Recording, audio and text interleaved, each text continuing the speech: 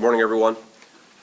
I'm going to join our mayor in extending the prayers of every member of the Atlanta Police Department to everyone that was impacted by gun violence this weekend, those that are recuperating, and those that have lost loved ones. This department will not rest until we identify who's responsible and bring those individuals to justice.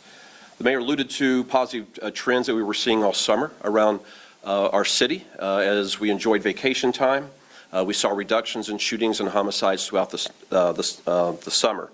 But then this weekend that changed. This department is currently investigating 12 incidents of gun violence in our city that left 29 individuals injured and 2 deceased.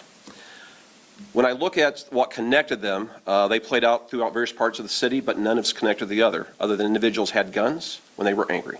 Seems to be the most common theme that we saw throughout the weekend. We saw shootings related to disputes over cars being booted. We saw a nephew take the life of his uncle. We saw individuals shot in domestic violence disputes and disputes over dating. The one that we were called to overnight was at 349 Edgewood, and that is one that we still are seeking clarity on and need the assistance of the community.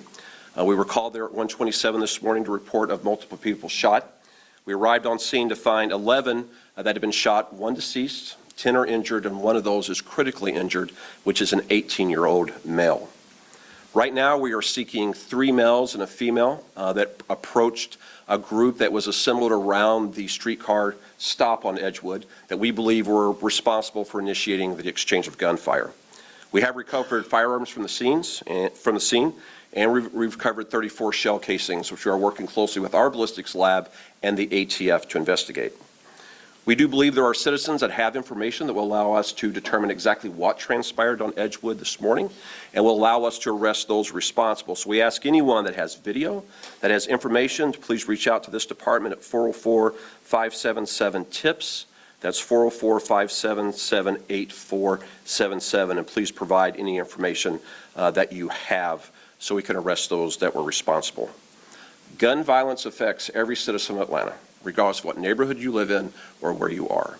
And when this weekend, when we saw individuals who are angry about everyday common matters pick up a gun and use it, it speaks to the work that needs to continue to be done.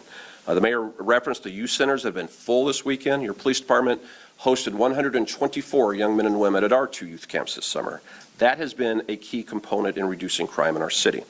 We do have 2 teenagers that were shot overnight. We have a 17-year-old and a 16-year-old both from Cobb County that were in the city at an Airbnb party that was shot on Chapel Road.